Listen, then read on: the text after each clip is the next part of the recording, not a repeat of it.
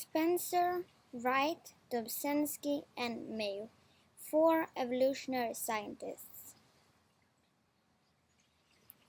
Herbert Spencer. The 27th of April, 1820, the famous and much honored philosopher Herbert Spencer was born in Derby, England. Soon he began researching the theory of evolution, but unlike many others, he took it past biology and into philosophy, psychology, and the study of societies. This was a new and revolutionary concept, and one of his greatest contributions.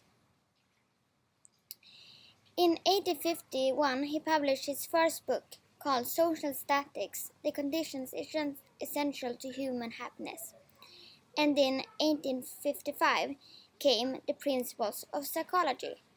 None of these were his peak though. From the year 1862 to 1893, he wrote a 10-volume book called A System of Synthetic Philosophy, where he explains everything. Spencer's theory is known as social Darwinism, and he compares society to a living organism. He claimed that even societies develop and evolve, going through processes that are very similar to the evolution of living species. He also related these two organisms to each other with 3 systems that they share. Firstly, there is the regulative system, which in animals would be the nerves, and in society would represent the government.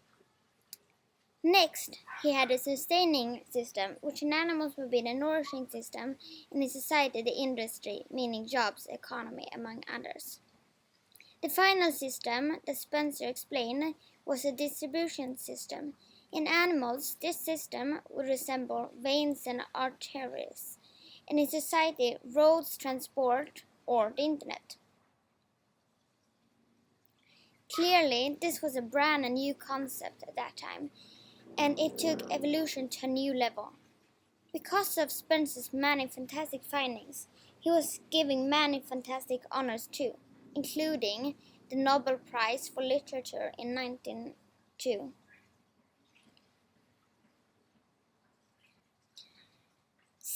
Wright. Another very important evolutionist was the American scientist Wright. This important scientist did great work on evolving the modern idea of evolution.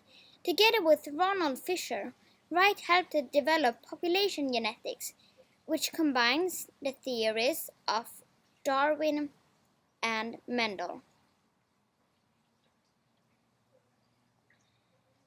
Using mathematics, they explained the areas of natural selection, mutation, migration, and genetic drift, and showed how these processes affect the frequencies of alleles and genotypes.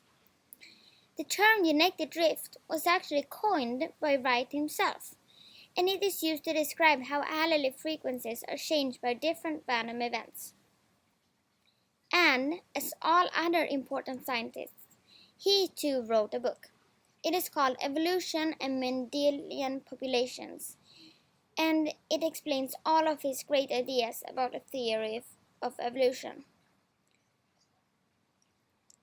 As noted, Wright took a very important step in developing the theory of evolution by creating a new field of study, the population genetics.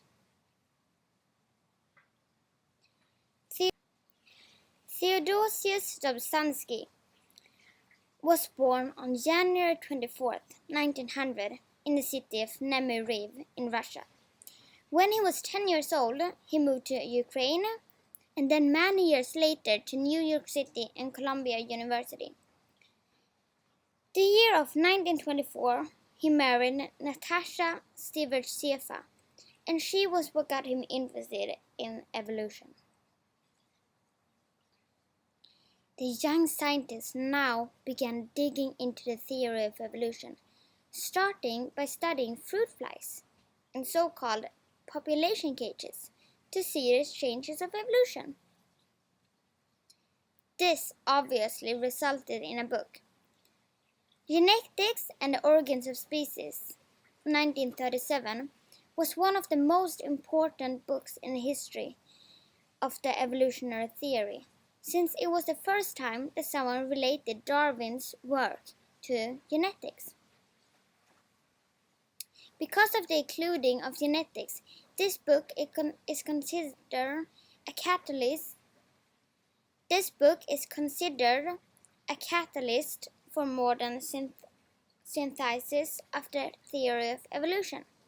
See, Darwin barely knew anything about the traits and how they were passed on, but when Theodosius wrote this book in 1937, much more was known in the field of genetics, including the existence of genes and how they mutated. Therefore, this book greatly influenced and changed the theory of evolution. Last but not least, we have the much respected scientist Ernst Mayr. Already from a young age, his father encouraged a study and appreciation of nature. Ernst became especially interested in birds and learned all he could about wildlife in his German hometown. At age 23, Ernst was sent to New Guinea and the American Museum of Natural History, where he named several species of birds and orchids, and 4 years later he received a full position. Then, in 1937, he moved to Harvard, where he stayed for the rest of his career. Yet, not only did he get great offers, he also made great findings. Mayr's goal was, like many others, to connect the ideas of Darwin and Mendel in a modern synthesis of evolutionary theory. And in 1942, he wrote his first book, called The Systematics and Origins of Species. There he introduced the concept of allopatric speciation, which according to About.com is the changing of individuals within a population so they are no longer part of the same species. Though Darwin proposed this, he never really understood how it occurred, which Mayr did by using genetics. He also made a definition that species are individuals which are able to interbreed, which was a new concept at that time.